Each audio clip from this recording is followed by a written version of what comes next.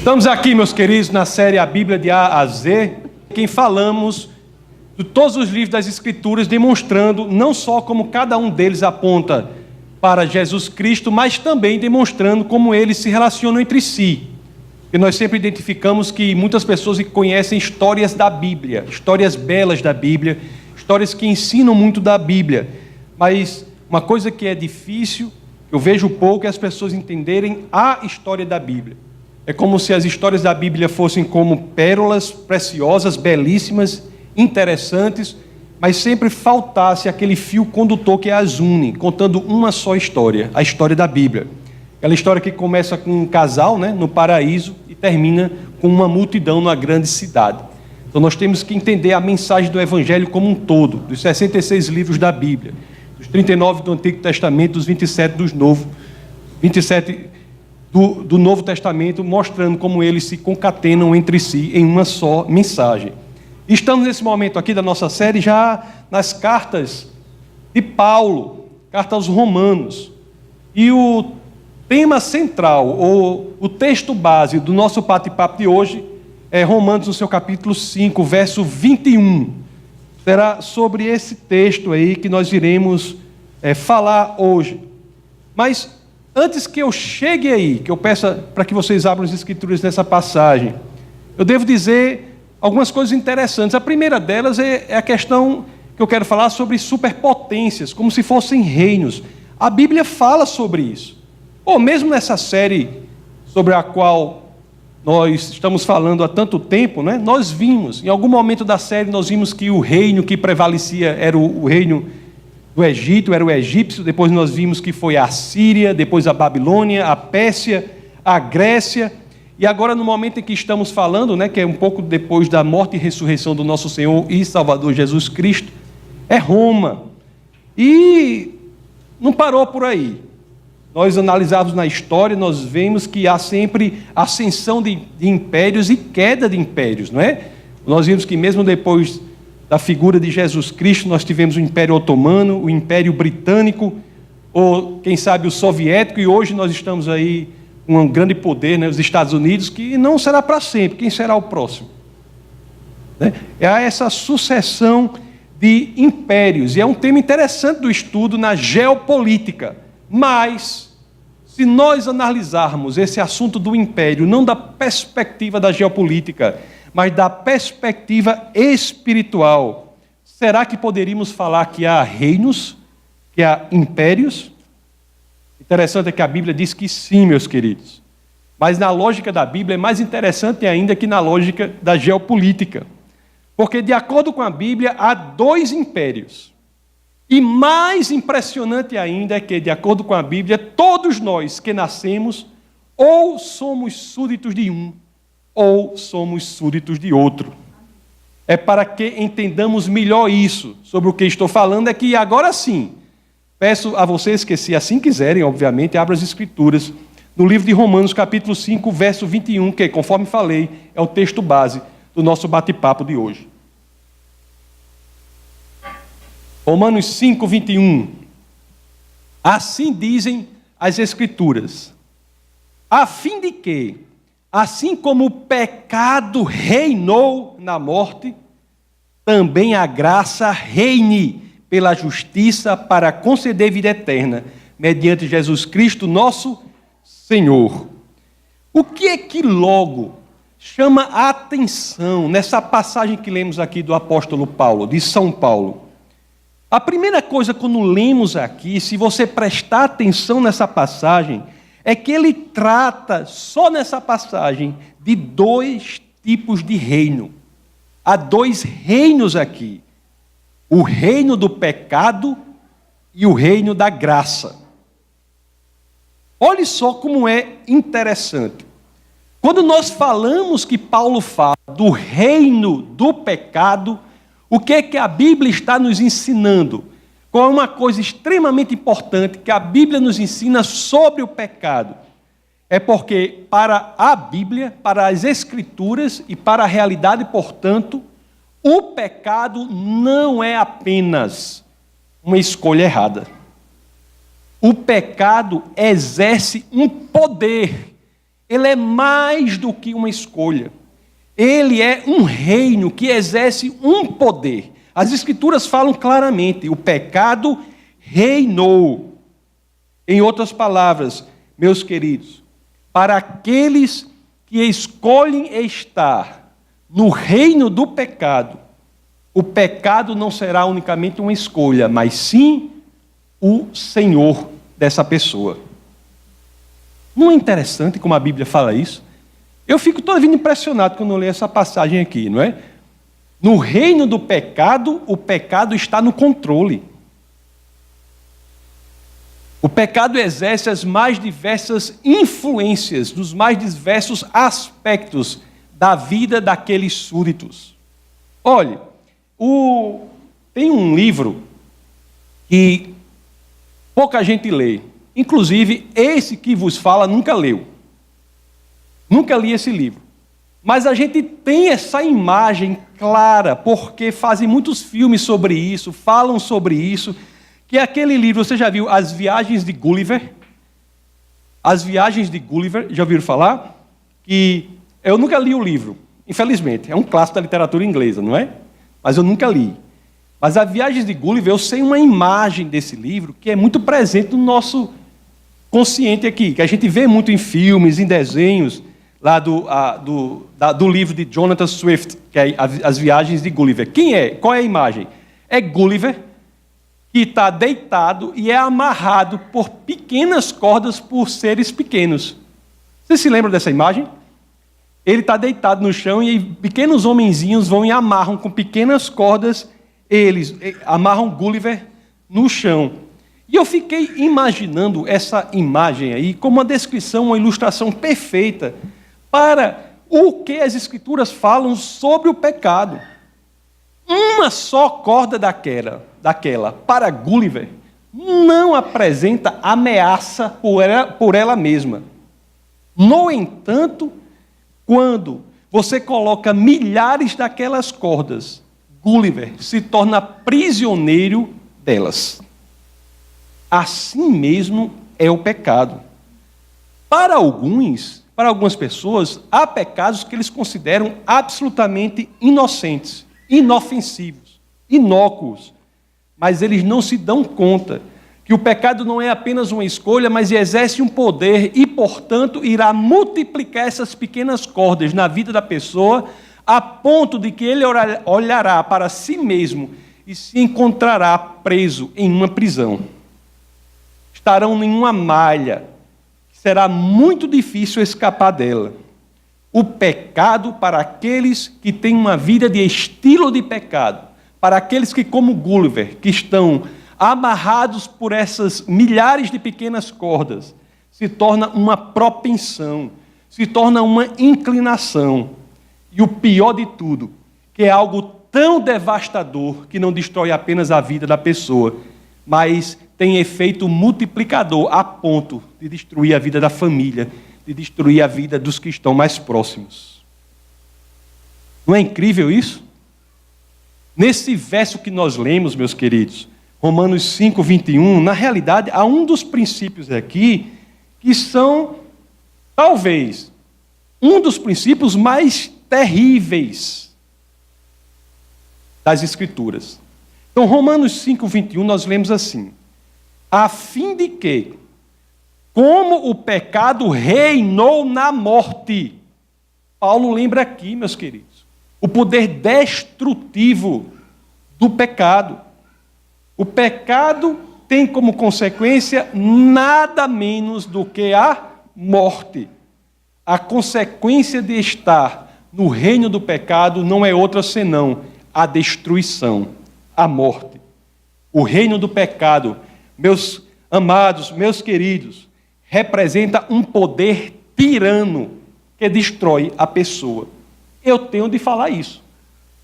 É a verdade que está nas Escrituras. Mas há um lado, vamos dizer assim, positivo em entendermos dessa forma. Entendermos como as Escrituras dizem, que o pecado não jaz apenas no âmbito da escolha errada, mas ultrapassa esse âmbito, sendo, portanto, um reino e, por consequência, tendo a capacidade de exercer um poder na vida dos que ali estão. Qual é o lado positivo disso? Olha, veja bem, é que Deus sabe que o pecado exerce um poder e, portanto, ele dá uma saída.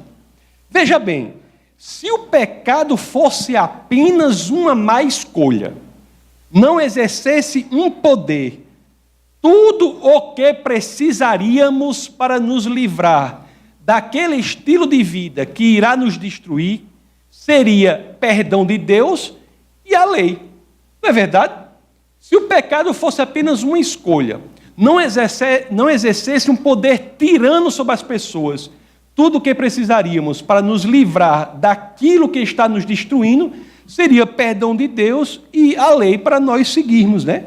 Perdão de Deus e um código moral para ser seguido. Mas acontece o seguinte, meus queridos, os que estão no reino do pecado estão ali como um Gulliver, amarrado pelas pequenas cordas que tem o condão de destruir, e Deus sabe disso. Lá no Evangelho de São João, capítulo 8, verso 34, nós vemos que o próprio Jesus de Nazaré admite isso, quando ele diz assim, abre as Escrituras. Jesus respondeu, digo-lhes a verdade, todo aquele que vive pecando é escravo do pecado. Deus sabe disso. Deus sabe desse poder destruidor, do pecado.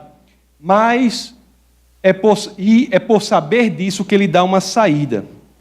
Ele diz, o que Deus faz é o seguinte, Deus toma providências, mesmo para aqueles que estão sob a égide, o poder, a tirania do pecado, Deus disse, mesmo eu sabendo disso, ou melhor, por eu saber disso, eu vou dar uma saída. E o que é que pode existir contra o império do pecado para que tenhamos uma saída? Há de existir outro império, assim como na sucessão geopolítica, em que impérios se tornam mais fortes e destroem aqueles que reinaram por tanto tempo. No âmbito da espiritualidade, a lógica se repete quando Deus dá a opção de um novo império que é capaz de destruir o império do pecado sob as garras. Muitos estão sobre as garras, muitos estão durante tanto tempo. Olhe, é aí que entra na lógica do amor de Deus a ideia do império da graça. Vamos novamente lá para o verso 21, capítulo 5, do livro aos Romanos, da carta aos Romanos de São Paulo. Mas eu só vou pedir a gentileza de você para que, em vez de lermos apenas o 21, vamos ler do 19 ao 21, para que tenhamos uma visão mais ampla dessa lógica. Assim diz as Escrituras. Romanos 5, 19 a 21. Logo, assim como por meio da desobediência de um só homem, muitos foram feitos pecadores, assim também, por meio da desobediência de um único homem, muitos serão feitos justos.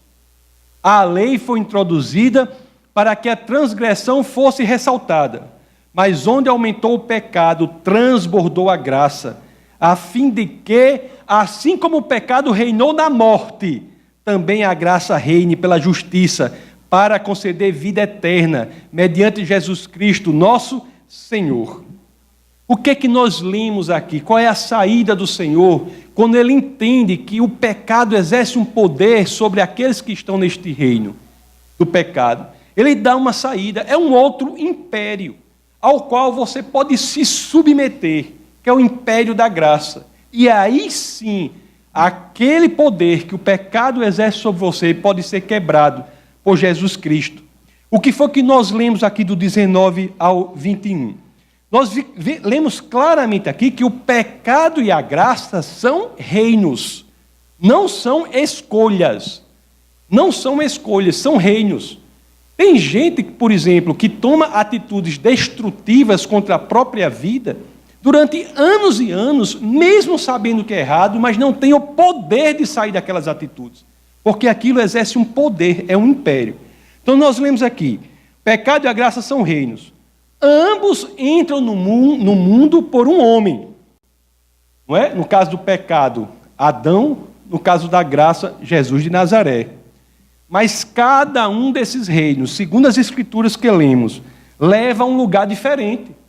O pecado leva à morte. E o reino da graça leva à vida eterna. Não é incrível isso? O reino da graça, meus amados, é instituído por Deus para nos libertar do poder tirano e destrutivo do pecado. E é muito interessante nós notarmos isso. Assim como o pecado é mais do que uma escolha, porque o pecado é um poder, a graça é mais do que o perdão. A graça é um poder. Olhe só, a graça é mais do que o perdão de Deus. A graça é um poder. Assim como o pecado é mais que uma escolha errada nossa. Ele é um poder. Aliás, se nós analisarmos esse conflito, vamos dizer assim, entre esses dois reinos, ou esse diálogo entre esses dois reinos, que a graça sempre tem iniciativa e tem a palavra final, nós podemos contar toda a história do povo de Deus por meio desse conflito, não é? Esse conflito que encontra o seu ápice mesmo na pessoa de Jesus Cristo, quando o reino da graça claramente se sobrepõe ao reino do pecado, demonstrando que é um império muito mais forte. Não é assim? Olha, quando Jesus Cristo ressuscita dos mortos para nunca mais morrer, este fato histórico, comprovado historicamente, central para o cristianismo, de acordo com a primeira carta aos Coríntios, capítulo 15, verso 14, em que Paulo disse: Cristo não ressuscitou, é vã a nossa fé. A ressurreição de Cristo para nunca mais morrer estabelece o poder superior do reino da graça sobre o reino do pecado. Não é verdade? Quem está no reino da graça, meus queridos, está livre. Está livre. Olhe, você veja bem, o que é estabelecido ali com a ressurreição do nosso Senhor e Salvador, Jesus de Nazaré? É estabelecido que finalmente temos alguém aqui na humanidade, apareceu alguém na humanidade, sobre quem a morte não tem poder. Sobre quem a consequência do império do pecado, que é a destruição e a morte, não tem poder. Lá no livro de Atos, no seu capítulo 2, no seu verso 24, o que é que São Lucas estabelece ali? Assim diz as Escrituras: mas Deus o ressuscitou dos mortos, rompendo os laços da morte, porque era impossível que a morte o retivesse. É por isso, não é por outra coisa, que essa pessoa que por meio de quem o reino da graça é estabelecido na terra, como saída ao poder destrutivo do pecado, é por isso, por ele ser capaz de ser alguém sobre quem a morte não tem algum poder, que nós, estando nele, usufruiremos da mesma coisa. Quem está em Cristo está salvo da tirania do pecado. Quem está verdadeiramente em Cristo não pode ter um estilo de vida pecaminoso. O império ao qual ele pertence é outro. Quem está no reino da graça, meus queridos, está livre, verdadeiramente livre. O que é que o autor de Hebreus, capítulo 12, no verso 14 até a primeira parte do verso 15, diz assim diz as Escrituras: esforcem-se para viver em paz com todos e para serem santos. Sem santidade ninguém verá o Senhor. Cuidem que ninguém se exclua da graça de Deus. Cuidemos para que não queiramos sair do reino da graça e ingressar naquele reino cuja consequência será a nossa aniquilação, a nossa destruição. Isso quer dizer, meus amados, que quem está no reino da graça não peca? Não, não quer dizer isso não. Seria uma grande loucura falar para vocês aqui que há alguém que é imune às tentações do pecado. O próprio Jesus Cristo não o foi. Não foi imune às tentações do pecado. Todos são tentados. O que eu quero dizer é o seguinte: quem está no reino da graça, mesmo se eventualmente pecar, não será dominado pelo pecado.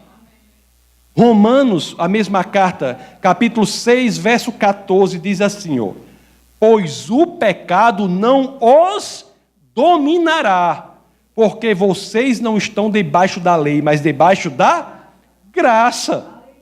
A pessoa que está no reino da graça pode eventualmente até pecar, mas eu digo a vocês, quando ela faz isso, o pecado o incomodará. O Espírito Santo de Deus, que habita dentro daquela pessoa e estabelece o reino da graça, ao qual ela se submete como súdito, faz com que, no ato pecaminoso dela, ela imediatamente se sinta mal e volte aos caminhos do Senhor. Faça aquilo que ainda era antigamente, ainda continua sendo a mensagem do Evangelho e não vai mudar, que é arrependa-se e volte-se ao Senhor. Olha, quando Cristo entra na nossa vida, é o que eu tenho dito para vocês, o reino tem de ser o reino da graça. Alguns, eu conheço, assim, alguns até dizem assim, é possível, veja bem o que eu estou dizendo para ficar claro, as Escrituras não dizem que não é possível que pecado e graça existam na mesma pessoa, pode até existir, mas o que não pode existir é que ambos estejam reinando. Isso não existe. Um dos dois, um dos impérios fincará a sua bandeira, estabelecendo a territorialidade do seu domínio no coração daquela pessoa. Se a pessoa está no reino da graça, mesmo se pecar, ele saberá que está fazendo algo contrário ao reino ao qual ele serve, que é o reino da graça. A vida de cada um, meus queridos, de cada um aqui, incluindo a minha, de qualquer um aqui, ou há na nossa vida o domínio da graça, ou há na nossa vida o domínio do pecado. E nós sabemos, né? Lá em Mateus capítulo 6, verso 24, um dos biógrafos de Jesus de Nazaré, ele diz assim, né? Ninguém pode servir a dois senhores, pois odiará um e amará o outro, ou se dedicará a um e desprezará o outro. Não é isso? Ninguém pode servir a dois senhores. Existe, como eu já li em algum lugar e repito aqui, existe uma diferença radical entre você viver no mundo com um vizinho ameaçador e você viver num mundo em que existe um exército de ocupação. No reino do pecado, a destruição se representa como um exército de destruição. No reino da graça, a destruição se apresenta como um vizinho ameaçador, contra o qual devemos orar e vigiar sem cessar. O pecado será uma das duas coisas na vida de cada um aqui. Isso depende unicamente de nós. Olha, eu não sou ingênuo. Eu estou dizendo para vocês isso, estou falando, mas eu sei que muitos, às vezes, até tentam mudar. Tentam e não conseguem. Pessoas que têm pecados, como a gente diz brincando assim, pecados de estimação, né? São como animais que são cultivados há anos. Há tanto tempo que eu chegaria até a dizer que se tornam mais do que hábitos. Para algumas pessoas, o pecado específico dela se torna definidor até do caráter dessa pessoa. Eu sei que é difícil, mas há coisas que devemos saber para que possamos entender que sempre há saída. Primeira coisa a saber é que Deus não é indiferente ao seu pecado. Tem pessoas que se acham que estão no reino da graça com estilos de vida pecaminoso. Essa pessoa está num problema seríssimo, porque as Escrituras dizem que é aquele que acha que está no reino da graça, mas o seu senhorio é o pecado, ela será vomitada. Deus não é indiferente ao nosso estilo de vida, pessoal. Pelo contrário, Ele se inclina a todo tempo para nos resgatar do estilo de vida destruidor. É por isso, exatamente por isso, por ele não ser indiferente, que há o reino da graça. Domingo passado, retrasado, nosso bate-papo aqui, eu expliquei para vocês que o contrário do amor não é o ódio, que o contrário do amor é a indiferença. Todo amor pressupõe o ódio contra aquilo que destrói o objeto do nosso amor. É por isso que Deus nos ama e odeia o que nos destrói. Deus odeia o estilo de vida pecaminoso. Deus odeia o pecado. E isso é algo que é assim, porque Ele nos ama incondicionalmente.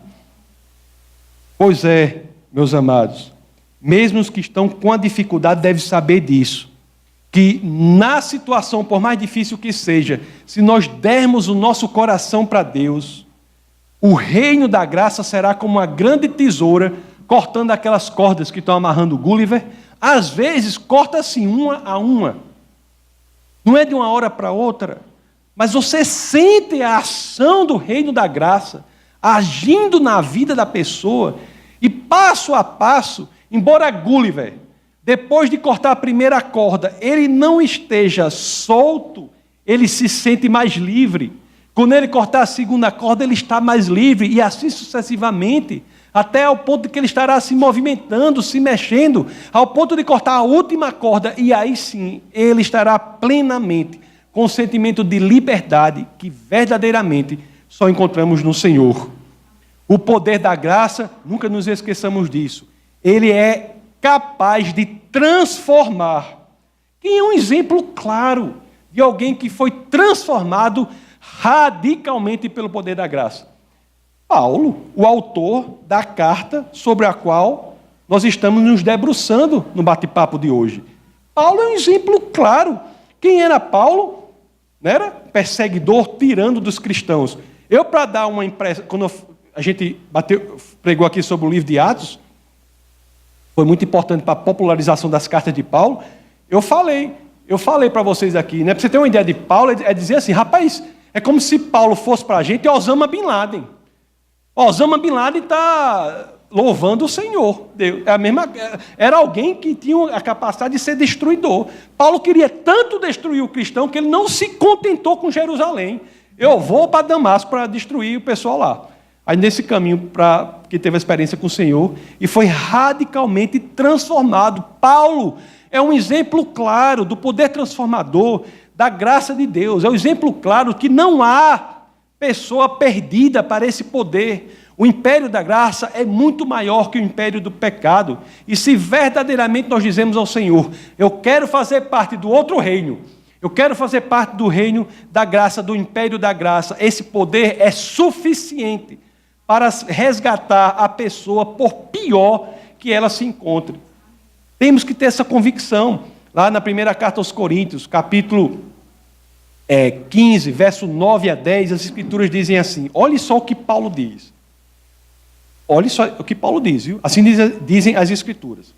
Pois sou o menor dos apóstolos, e nem sequer mereço ser chamado de apóstolo, porque persegui a igreja de Deus, mas pela graça de Deus, pelo império da graça, pelo reino da graça, pela graça de Deus, sou o que sou, e sua graça para comigo não foi inútil. Isso é um medo que nós devemos ter. Sim, o Evangelho dá, às vezes, mensagens que são duras. Nós temos que ter medo, cuidado, prudência, para que a graça proveniente do Senhor não seja inútil na nossa vida. Olha o que ele diz aqui, ó. E sua graça para comigo não foi inútil. Antes, trabalhei mais do que todos eles. Contudo, não eu, mas a graça de Deus comigo. Se você quiser, meus queridos, a graça de Deus também não será inútil na sua vida. Basta que sejamos sinceros, coração honesto, e Deus nos ajudará nessa caminhada que para a gente às vezes parece tão difícil. E a vantagem disso, o que ganhamos com isso? nada menos do que a vida eterna. Voltemos ao texto de hoje, Romanos 5, 21. Vou ler só essa vez aqui. Quero ler, talvez eu leia mais um, mas vamos ver aqui. A fim de que, assim como o pecado reinou na morte, também a graça reine pela justiça, para conceder vida eterna, mediante Jesus Cristo, nosso Senhor. É isso mesmo, meus queridos. Que possamos todos nós nos arrepender e voltar para o Senhor. Ele é o único que é capaz de nos libertar. E outra coisa, viu? Que façamos isso enquanto é possível. Me perdoe, vocês sabem, a mensagem às vezes é um pouco dura, mas é a mensagem do Evangelho. É um pouco dura. Que façamos isso enquanto ainda é possível. Porque o reino da graça, a graça de Deus na nossa vida, ela não é de graça. Ela é de um preço caríssimo que nenhum de nós aqui pode pagar. Mas qual é a boa notícia? O preço já foi pago. Por isso que não precisamos pagar nada. Porque o preço já foi pago. Olha, tem uma história lá na guerra hispano-americana. O Roosevelt era militar e foi na Cruz Vermelha para comprar uns medicamentos para os seus soldados que estavam doentes, com fome. E disse que ele chegou lá e a história resiste. Ele falou com uma pessoa chamada Clara Barton. Chegou para ela e disse assim, né? Ele disse, como posso... ele disse assim, eu queria comprar esses mantimentos aqui para os meus homens feridos. Aí Clara disse, isso não será possível. Aí ele disse, como posso conseguir essas coisas? Eu preciso de comida adequada para os homens doentes. Aí ela respondeu, basta pedir que eu lhe dou a comida. Não era possível vender, porque o preço daquela comida já havia sido pago. Para ele obter a comida, bastava que ele pedisse e a comida lhe seria dada. Da mesma forma, meus queridos, a graça é assim. Você não precisa pagar nada, mas você tem que pedir de coração sincero para o Senhor, que Ele entrará na sua vida por meio do seu Espírito, e você será uma criatura nova, e o poder transformador disso irá mudar radicalmente, não a sua vida hoje, mas principalmente o seu futuro. O que podemos receber de Deus é por meio da graça. Não há nada que possamos pagar para Deus e receber porque pagamos. Nada. Não há nada que você possa negociar com Deus. Deus não está interessado em vender nada para você, porque o que Ele tem para oferecer você não pode pagar. Você junta o seu dinheiro todinho aí, ainda joga na Mega Sena 5 vezes, mesmo assim você não vai conseguir pagar. O que Deus tem para você é caríssimo, mas já foi pago por alguém que poderia pagar o preço. E para que você possa obter isso, basta que de coração sincero você peça ao Senhor. Se você ainda não fez isso na sua vida, ore comigo agora e Deus transformará a sua história. Vamos orar.